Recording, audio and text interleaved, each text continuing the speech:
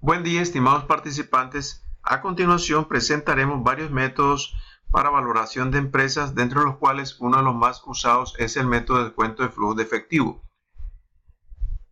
Para la presentación de este tema, vamos a desarrollar un ejemplo práctico y vamos a explicar diferentes conceptos, en algunos casos conceptos que pueden ser de repaso, pero que es importante volverlos a mencionar. Para determinar la variación de capital de trabajo dentro de los flujos de efectivo, es importante tener en cuenta los conceptos nuevamente de entradas y salidas, entradas de fondo como salidas de fondos. Vamos a poner los siguientes ejemplos y aquí los tenemos bien definidos. Una disminución de cualquier activo es una entrada o fuente de fondos, y por supuesto un aumento de cualquier activo va a ser una salida. Pongamos el siguiente ejemplo: se disminuyen las cuentas por cobrar, es una entrada de fondos porque estamos disminuyendo un activo. Se disminuyen los inventarios, es una entrada de fondos. Para efectos de cálculo en la variación de capital de trabajo, toda entrada se va a considerar con el signo positivo y toda salida se va a considerar con el signo negativo. Veamos el siguiente caso en cuanto a los pasivos, que son de las cuentas que vamos a utilizar para determinar la variación de capital de trabajo. Por ejemplo, un aumento de las cuentas por pagar es una fuente de fondos. Estamos aumentando, alguien nos está dando financiamiento para hacer nuestras operaciones. Por consiguiente, estamos aumentando el pasivo y esto representa una fuente de fondos para la operación de la empresa. Si disminuye cualquier pasivo, ejemplo, los documentos por pagar disminuyen, quiere decir que he pagado préstamos y por consiguiente este movimiento dentro de las cuentas de pasivo es una salida de fondos. ¿Por qué hacemos este repasito? Porque básicamente cuando veamos más adelante el ejemplo, vamos a ver cómo varía el capital de trabajo para encontrar el flujo de efectivo libre de una empresa. A propósito de la información que vamos a referir, de las cuales ustedes ya conocen, vamos a usar los estados de resultados, básicamente la utilidad operativa. Dentro del balance general, con la información del balance general, encontramos la variación en el capital de trabajo. También vamos a ver lo que es un flujo de caja libre, el cual es igual al flujo de caja bruto menos la variación en el capital de trabajo menos las inversiones. Lo vamos a ver con un ejemplo práctico más adelante. También es importante mencionar el cálculo del valor residual de la empresa o valor de continuidad. Para ello se toma el último flujo, el flujo de caja libre del último año, y se aplica la siguiente fórmula. Valor residual es igual al flujo de caja libre del último año por la tasa de crecimiento de los flujos entre la diferencia del costo de capital de la empresa menos la tasa de crecimiento. Lo vamos a ver más adelante con un ejemplo para que veamos también que en un momento determinado cuando hacemos el análisis de un flujo de caja libre, tenemos que considerar también el valor residual de la empresa para determinar el flujo de efectivo total de la empresa. A continuación, explicaremos el siguiente ejemplo para resolver un flujo de efectivo de caja libre por el método de descuento de los flujos de caja. En otras palabras, vamos a utilizar el método de descuento de los flujos de caja para valorar una empresa. Veamos la descripción del ejemplo. Alpha Corporation desea conocer el valor de la empresa y ha contratado a una compañía consultora, en este caso Consulting S.A., especialista en estos tópicos, para que haga la valoración, y esta propone que lo hará bajo la metodología de descuento de los flujos de caja y para eso ha realizado una serie de estimaciones del estado de resultados, balance general, tipos de cambio, etc., costos de capital, los cuales se presentan a continuación. Para efectos prácticos, vamos a considerar una empresa cuya facturación se da en pesos, independientemente del país, le vamos a llamar la moneda pesos, y también al final vamos a aplicar las tasas de cambio a dólares. Veamos la primera información que se nos da. El estado de resultados. Nos dan el estado de resultados de 5 años, desde el 2012 hasta el 2016. Tenemos el protocolo conocido del estado de resultados, que por supuesto tenemos las ventas, el costo de venta, la utilidad bruta, menos los gastos administrativos y de ventas, nos da la utilidad en operaciones, luego restamos los gastos financieros y otros ingresos y egresos, hacemos un balance de otros ingresos y egresos, los cuales se restan, y finalmente tenemos la utilidad antes de impuesto, a la cual le restamos los impuestos, que en este caso son del 34%, y nos da la utilidad después de impuestos. Veamos cómo se hace. Las ventas menos el costo de venta nos da la utilidad bruta, menos los gastos administrativos y de venta nos da la utilidad operativa, menos los gastos financieros, menos el balance, o sea, la diferencia entre ingresos y egresos negativa, nos da la utilidad antes de impuestos, y finalmente restamos los impuestos y nos da una utilidad después de impuestos. Otra información que nos dan es el balance general, el cual lo presentamos a continuación. En este caso el balance general va desde el año 2011 hasta el 2016, a diferencia del estado de resultados, nos están dando un año adicional con el objeto de ver las variaciones en el capital de trabajo, lo cual vamos a ver a continuación. Por supuesto, en la estructura del balance general estamos viendo las cuentas tradicionales, caja y bancos, cuentas por cobrar, inventarios, activos fijos y otros activos, lo cual nos da un total de activos que los vemos representados en esta línea. Ahí tenemos representado el total de activos. Y luego pasamos a ver el total, los pasivos, en los cuales podemos detallar los préstamos a corto plazo, las cuentas y efectos por pagar, los gastos acumulados por pagar, otros pasivos circulantes y total de pasivos circulantes. Tenemos acá los pasivos circulantes, el total de pasivos circulantes.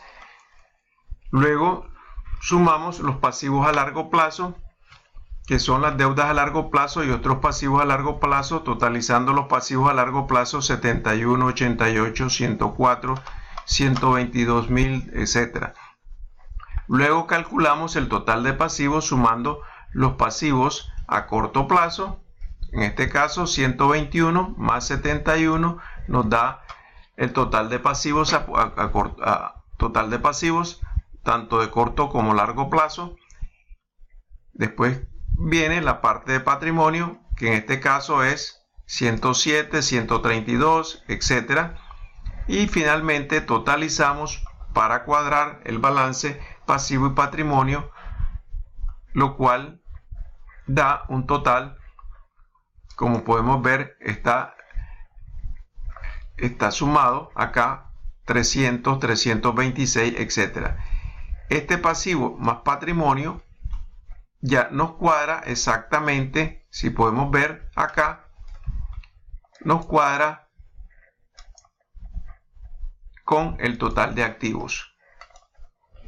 El total de activos cuadra con el total de pasivos más patrimonio. En este caso lo podemos ver 300.423, 509.898, el cual cifras que cuadran con pasivos más patrimonio. A continuación transformamos la deuda a largo plazo.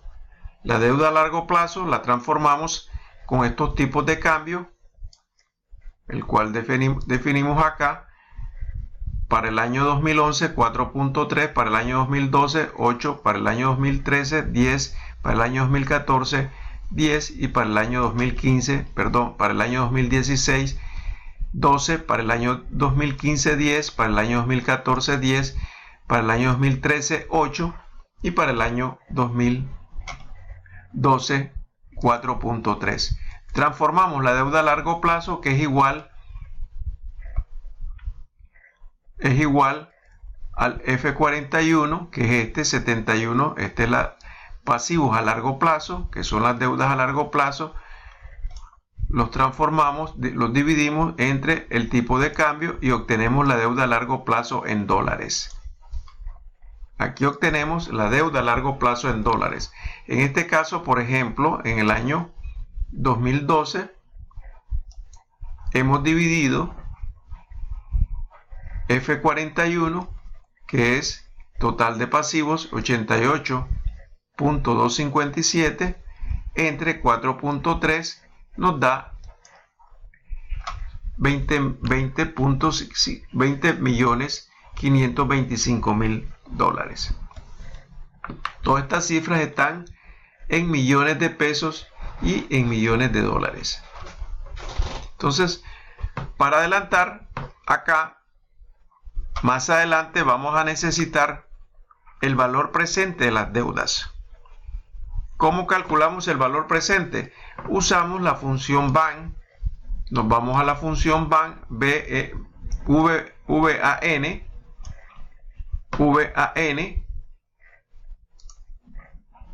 y calculamos el costo promedio. El costo promedio de capital es 14.4 e introducimos los flujos desde el 2012 acá y nos da exactamente 52.29. Este es el valor de la deuda a largo plazo. Hemos encontrado el valor actual de las deudas a corto plazo, o sea, hemos traído a valor presente los flujos de efectivo de los años 2012, 2013, 2014, 2015 y 2016 correspondiente a la deuda a largo plazo. Este valor presente de las deudas lo estamos calculando porque posteriormente vamos a aplicar la fórmula para encontrar el valor total de la empresa, y este valor de las deudas se considera en forma negativa para calcular el valor total de la empresa. A continuación, armamos el flujo de caja libre, el cual mezclamos información contenida en el estado de resultados y el balance general, y con información de inversiones que nos da el ejercicio. Entonces tenemos aquí, como les mencioné al principio, la información inicial la tenemos en millones de pesos y planteamos aquí primero la utilidad operativa. ¿De dónde sacamos la utilidad operativa? La vamos a ver. Es 278. Lo sacamos de esta línea de utilidad de operaciones del estado de resultados. Utilidad en operaciones. Luego pasamos a calcular, a restarle a la utilidad en operaciones los impuestos, que es el 34%. Aquí lo tenemos en rojo y se lo restamos. Y finalmente, la primera parte, le sumamos la depreciación. ¿Por qué le sumamos la depreciación? Porque la depreciación se pone como un gasto en el estado de resultados, pero básicamente es para aprovechar el escudo fiscal. Pero realmente no hay un desembolso de efectivo, por eso se considera en una forma positiva y se suma al flujo de efectivo del estado de resultados, al flujo de efectivo que estamos armando. Entonces tenemos la utilidad de operaciones menos los impuestos de operaciones más la depreciación, nos da el primer nivel, que le llamamos flujo de caja bruto, y aquí lo tenemos, el cual está debidamente seteado en una fórmula. ¿Okay? A continuación vamos a ver cómo se calculan. Aquí voy a señalar todo esto en amarillo porque les voy a explicar cómo vamos a calcular la variación de capital de trabajo. Recordemos que la variación o el capital de trabajo tiene que ver con la diferencia entre los activos corrientes y los pasivos corrientes, básicamente. Entonces vamos a ver las cuentas de los activos corrientes, la variación de un año a otro, para calcular al final la variación de capital de trabajo. Veamos el primer renglón, que tiene que ver con la variación de efectivo. Vamos a ponerlo en rojo para resaltar, y nos vamos a ver, nos plantamos aquí. ¿Cómo calculamos la variación de efectivo en el año 2012 y por ende igual a todos los años? Para el año 2012 nos vamos al balance general.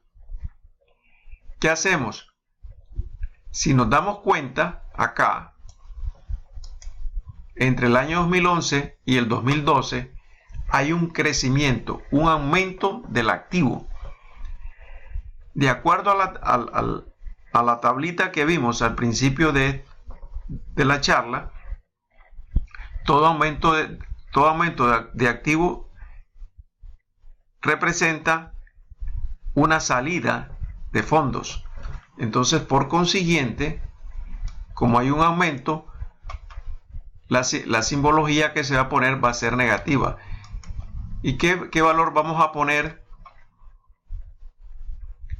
en la variación de efectivo? Vamos a poner simbología negativa y restamos 34,612 menos 27,323 y tenemos con simbología negativa menos 7,289 en la variación de efectivo.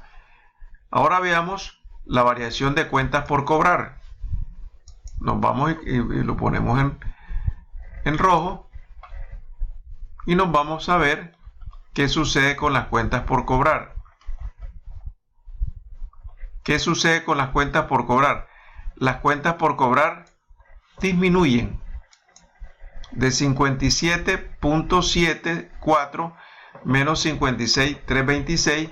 Al haber una disminución del activo, la simbología o el signo va a ser positivo. ¿Ok? Entonces, hacemos la diferencia y como ustedes pueden ver acá, la cantidad se pone en positivo, 1448. Seguimos, vamos a ver la variación de inventario. ¿Cómo calculamos la variación de inventario?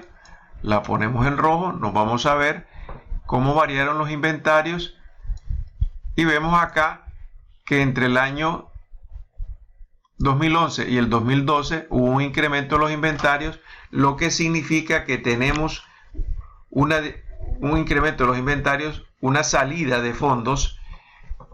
Por consiguiente, el signo que vamos a poner va a ser negativo. Hacemos la diferencia de 49,005 menos 38,274 y nos va a dar con signo negativo 10,731. Ahora vamos a ver también la variación de cuentas por pagar. La variación de cuentas por pagar, nos vamos al balance. Estamos viendo las cuentas de pasivo, que es esta. Variación de cuentas por pagar. Como verán ustedes, las cuentas por pagar disminuyeron de 38 a 16. Al disminuir un pasivo, la tablita que vimos al principio nos indica que eso es una salida de fondos. Por consiguiente, el signo que vamos a utilizar para esa diferencia va a ser negativo. Restamos 38 menos 16 y ponemos el resultado en negativo por ser una salida de fondos. Veamos la variación de otros pasivos circulantes. Como ustedes verán, nos estamos concentrando en las cuentas de pasivo y activo circulante porque estamos refiriéndonos a la variación de capital de trabajo. Entonces nos vamos a los otros pasivos circulantes, que lo tenemos acá. Como ustedes pueden ver, entre un año y otro, vamos a bajar un poquito, variación de otros pasivos circulantes, pasó de 17.48 a 17.669, aumentó el pasivo circulante. Esto quiere decir que hubo una fuente de fondos positiva. Se va a usar con signo positivo porque hubo una fuente de fondos, aunque sea pequeña, pues va a ser, de todos modos, va a ser con signo positivo. Y de la misma forma, por decir, vamos a ver otro ejemplo, agarrándolo al azar, variación de efectivo del año 2016, variación de efectivo del año 2016, nos vamos acá y comparamos contra el 2015, restamos, vemos, de hecho vemos que ha habido un incremento del activo. Al haber un incremento del activo, eso significa que va a tener signo negativo y va a reflejarse como una salida de fondos, y lo estamos viendo acá como una salida de fondos. Queda con 91 menos 91. Luego acá, para hacer total de variación, sumamos algebraicamente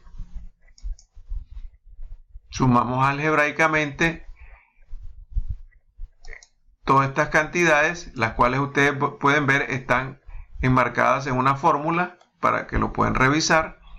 Sumamos algebraicamente y de esa forma se obtienen el total de variaciones de capital de trabajo en cada uno de los años. Posteriormente, ya tenemos el flujo de caja bruto. ¿Qué hacemos? El flujo de caja bruto menos la variación de capital de trabajo, y posteriormente incluimos las inversiones, que es una salida de fondos. Entonces tenemos que invertimos 8.936 y restamos para encontrar el flujo de caja libre, que lo tenemos acá, flujo de caja libre en millones de pesos, que está acá. ¿Qué hacemos? Restamos el flujo de caja bruto, que es 197.883, restamos la variación de capital de trabajo y le restamos también adicionalmente el valor de las inversiones, y nos da el flujo de caja libre en millones de pesos. Así obtenemos el flujo de caja libre en millones de pesos a través de los 5 años que estamos evaluando.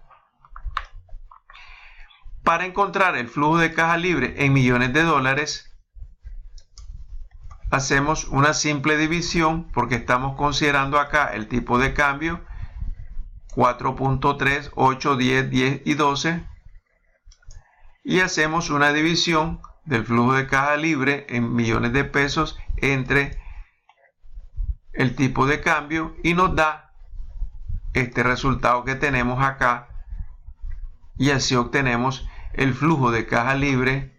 Lo vamos a poner en otro color. El flujo de caja libre en millones de dólares de la empresa Alfa Corporation.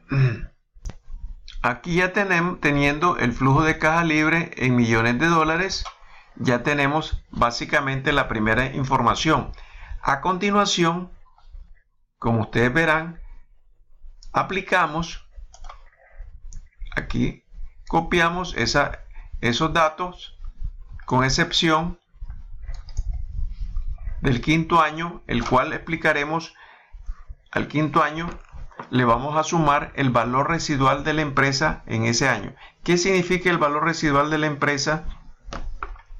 Son los flujos de efectivo traídos a valor presente, los flujos de efectivo desarrollados en la empresa hasta el infinito, traídos a valor presente al final del año quinto. Entonces, ¿qué hacemos en este caso? Copiamos los flujos. Aquí copiamos 3649, 3649, 2126, 2126, 1865, 1866, 1727, 1727. Y en este caso, en este punto, que lo vamos a poner de otro color, en este punto consideramos los 13.040, 13.040, que es el flujo de caja libre del quinto año, más el valor residual. ¿Cómo calculamos el valor residual? Lo vamos a ver acá. El cálculo del valor residual. El cálculo del valor residual lo vamos a poner en este color.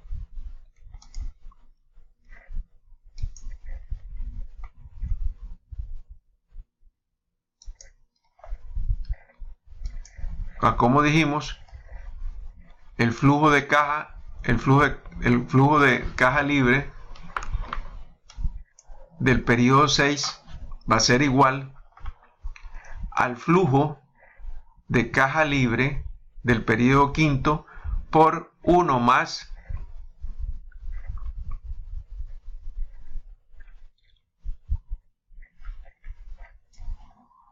entonces vamos a calcular el flujo de caja libre en el periodo 6. Para ello aplicamos la siguiente fórmula, que es igual el flujo de caja libre en el periodo 6 va a ser igual al flujo de caja libre en del periodo 5 multiplicado por 1 más la tasa de crecimiento que nosotros hemos colocado, la tasa de crecimiento de 1.5, que aquí lo marcamos, una tasa de crecimiento de los flujos del año sexto en adelante hasta el infinito, y esto nos da igual a 1304, que está acá, que es el flujo de caja libre del año quinto multiplicado por la tasa de crecimiento dividido entre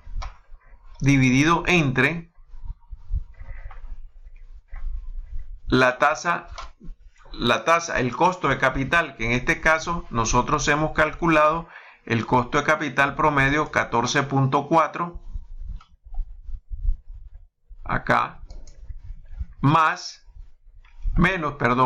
el costo de capital menos la tasa de crecimiento, que es 1.5%. Esto nos da 102.60, que corresponde al valor residual de la empresa al final del año quinto. ¿Qué hacemos con este valor? Este valor de 102.60, que lo vamos a poner en otro color,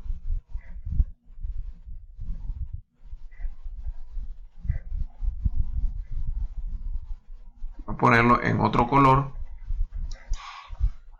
Este valor 102.60 se lo sumamos al flujo de caja libre del quinto año, lo cual va a representar este valor es igual al flujo de caja libre del quinto año más el valor residual de la empresa, nos da 115.64, el cual representa el valor residual más el flujo de caja libre del quinto año. Ahora, ¿qué hacemos? Ya encontramos el valor residual al final del año quinto y también le incorporamos, como dijimos, el flujo de caja libre del año quinto, lo cual nos da 115.64, que es el flujo nuevo que vamos a considerar para el cálculo del valor de la empresa.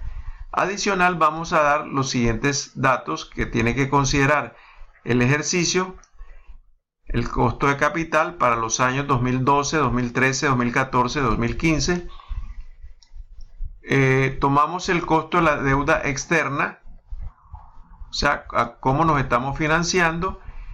El costo de la deuda externa que nos están cobrando los bancos es la tasa LIBOR, que es la tasa base más 6 puntos, que en este caso es 11%, o sea que la tasa LIBOR es 5% más 6 puntos es 11%, es el costo de la deuda. El costo de la deuda es 11%, y el costo de la deuda después de impuestos, que es igual, ¿qué se hace? Multiplicamos los 11 por 1 menos 0.34, que lo tenemos acá. Aquí tenemos, y esto nos da 7.3, el costo de la deuda después de impuestos. Costo de la deuda después de impuestos es 7.3. A continuación tenemos cierta información que es bueno manejarla y que ustedes lo conozcan, que es la tasa libre de riesgo, es 11.20. La tasa del mercado, que está en el mercado, es 14%. La prima de mercado, que viene siendo la prima de riesgo que se paga adicional sobre la tasa libre de riesgo,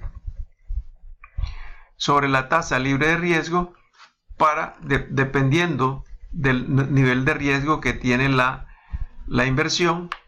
Es bueno que conozcamos la beta del sector, o sea, el nivel de volatilidad que tiene que tiene la empresa en cuanto al crecimiento o decrecimiento de valor de sus acciones, y también es importante conocer la tasa de riesgo país, que en este caso es 7%. Esta información es básica que nosotros la conozcamos y que se puede utilizar más adelante en otras aplicaciones de esta misma materia. ¿Cómo encontramos el costo? El costo de capital propio también lo tenemos. Este costo de capital propio, el mismo capital, el puesto por los accionistas, el puesto por los accionistas comunes, accionistas preferentes, y los generados a través de ganancias retenidas, es 20.40, 19.40, 18.40 y 18.40. Tenemos que el porcentaje de la deuda es un 40%. ¿Para qué queremos este porcentaje de la deuda? Para calcular el costo de capital promedio ponderado, el cual lo tenemos abajo. Aquí lo podemos ver, este costo de capital. ¿Cómo se calcula? Se calcula multiplicando los valores absolutos del costo de la deuda, del costo de capital propio, multiplicado por el 60%, que en este caso corresponde al 60% del capital del financiamiento de la empresa.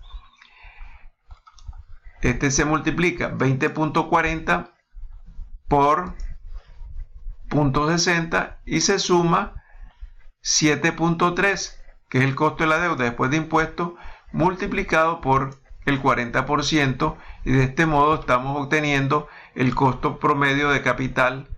En este caso le podemos poner costo promedio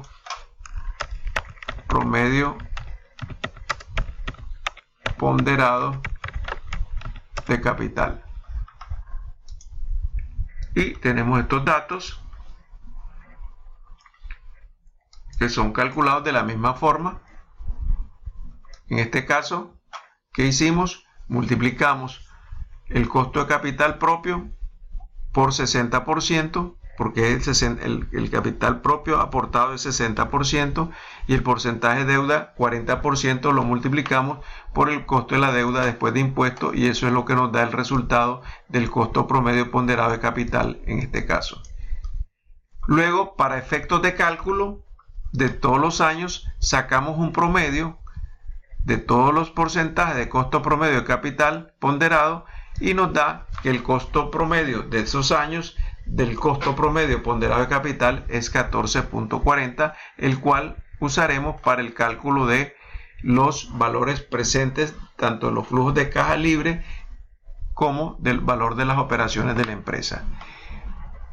Finalmente, aplicamos los conceptos de valor presente para saber cuánto cuesta la empresa en este momento. Para eso primero vamos a encontrar el valor presente de los flujos de caja libre. Vamos a marcarlo en rojo, valor presente de los flujos de caja libre, para lo cual vamos a usar la función valor actual neto o valor neto VNA o valor neto actual. Esa es la función que vamos a aplicar y vamos a ver cuáles son los flujos que vamos a utilizar.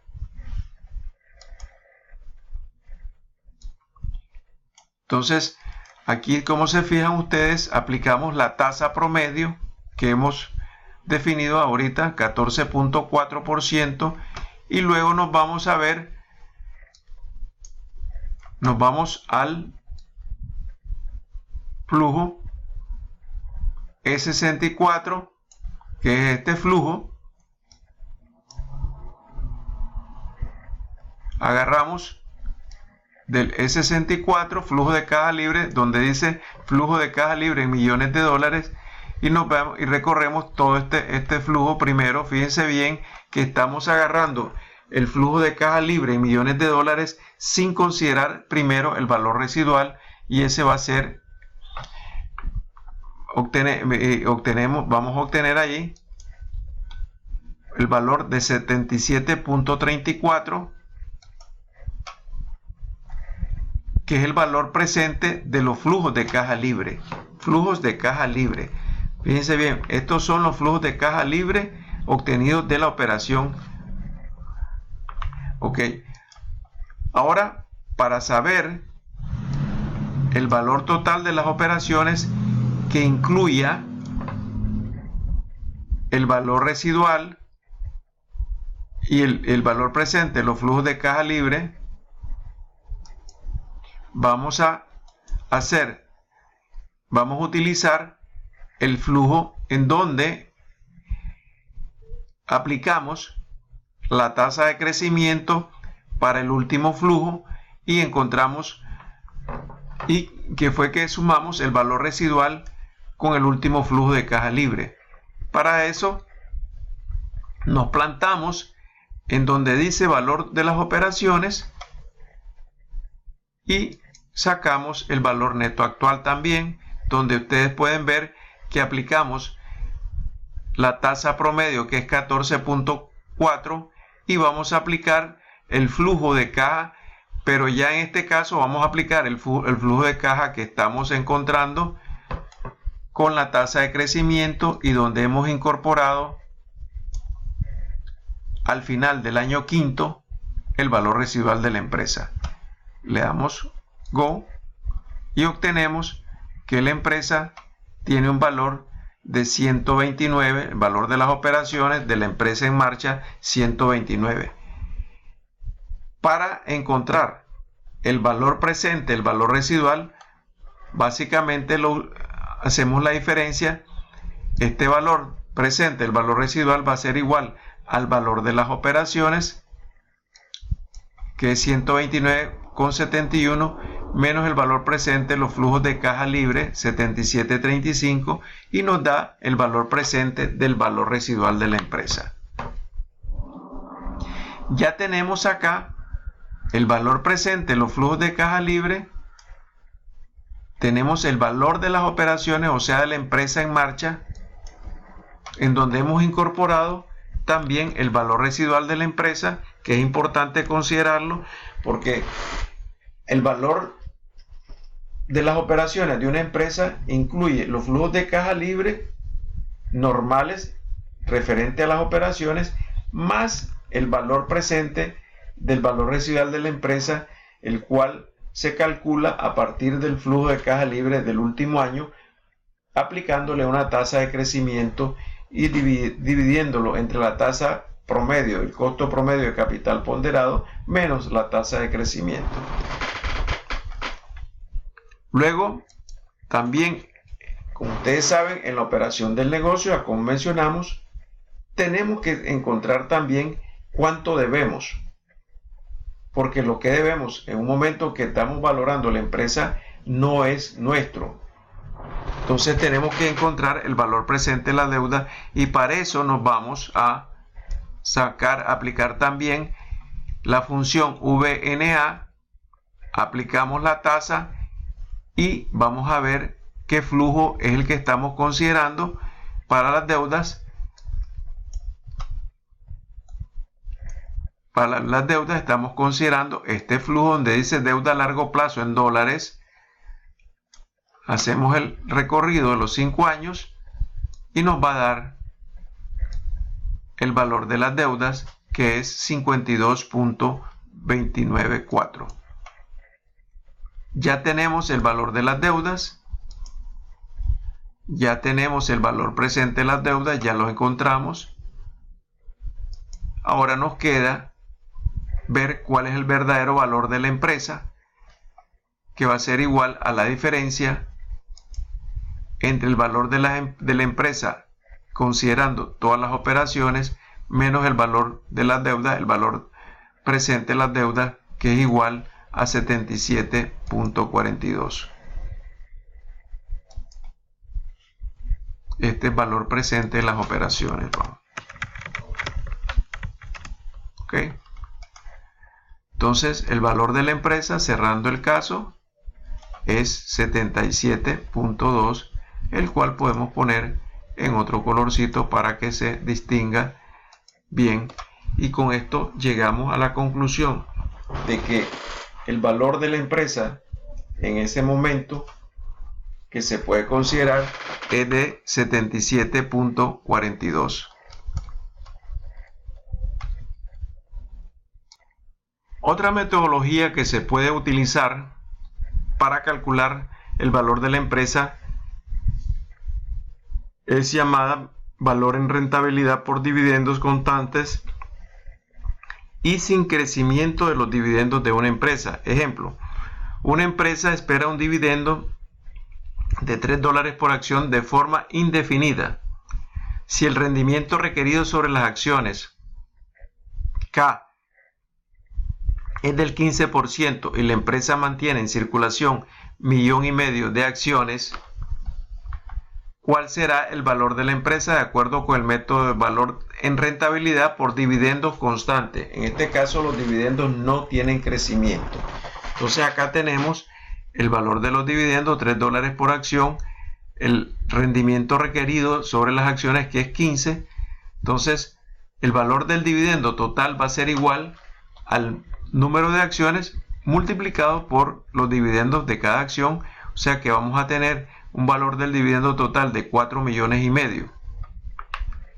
Ahora, ¿cuál va a ser el valor final de la empresa? Dividimos el valor de los dividendos totales, que es 4,5 millones, entre la tasa de requerida de rendimiento y nos da que finalmente la empresa va a tener un valor de $30 millones. Este es cuando tenemos dividendos que no tienen crecimiento. Tenemos otro caso, valor en rentabilidad por dividendo constante y tienen crecimiento constante de una empresa. Tenemos el siguiente ejemplo, una empresa espera para el futuro un dividendo de 1.5 por acción si el rendimiento requerido sobre las acciones K es del 15% y se estima que los dividendos tendrán un crecimiento promedio constante de 3%. La empresa mantiene en circulación 1 millón de acciones. ¿Cuál será el valor de la empresa de acuerdo con el método de valor en rentabilidad por dividendo constante y crecimiento constante? Entonces tenemos los dividendos esperados, es 1.50 por acción. El rendimiento requerido es 15% y el crecimiento de los dividendos es un 3%, que aquí lo tenemos, crecimiento de 3%. ¿Cuál va a ser el valor del dividendo total? Es igual a 1 millón de acciones multiplicado por 5, que es el dividendo, multiplicado por, repetimos nuevamente, el valor del dividendo total va a ser igual a 1 millón de acciones por $5. En este caso, $5 es el dividendo por acción y esto nos va a dar igual a 5 millones, que es el valor del dividendo total. ¿Cómo encontramos el valor de la empresa? Dividimos el valor del dividendo total entre la tasa de rendimiento requerido de las acciones menos la tasa de crecimiento, que es 3%, lo cual nos da un valor total de 41.666.667. De esta forma hemos mencionado en términos generales 3 metodologías para calcular la valoración de una empresa. Hay diferentes metodologías adicionales, las cuales posiblemente estaremos viendo a través de una investigación.